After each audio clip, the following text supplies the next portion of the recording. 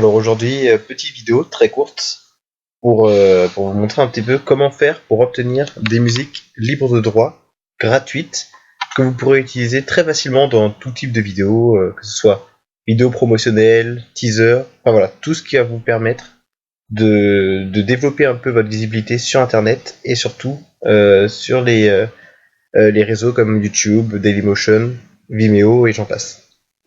Alors comment ça se passe?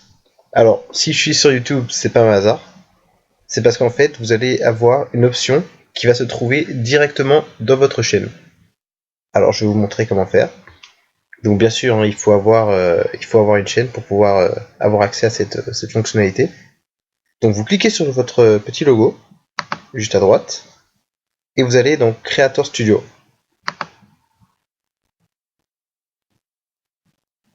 Voilà. Une fois que vous êtes là, vous allez devoir cliquer sur Créer. Et une fois que vous avez cliqué là-dessus, vous avez accès à tout ce qui est bibliothèque de pistes musicales, comme il l'indique. Et toutes ces musiques ont une particularité, c'est qu'elles sont justement sans droit d'auteur. Donc en général, c'est des musiques qui sont sans aucune parole. Donc voilà, l'usage est autorisé. Donc usage, modification, sans pour autant avoir à citer l'auteur à chaque fois. Donc voilà, ça peut être très intéressant. Et en gros, donc vous avez en fait deux petites icônes. Donc la première icône, comme est assez indiqué, c'est pour télécharger, et l'autre c'est pour mettre en favori si jamais vous souhaitez y réfléchir et revenir un peu plus tard. Donc voilà, je sais pas, on va prendre un petit exemple.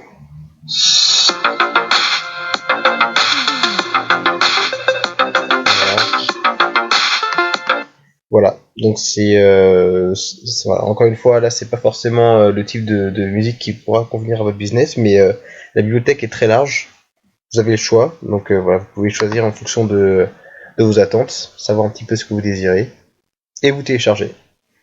Si vous désirez ne pas passer par YouTube, il y a aussi une autre alternative. Vous pouvez notamment passer par du contenu Creative Commons.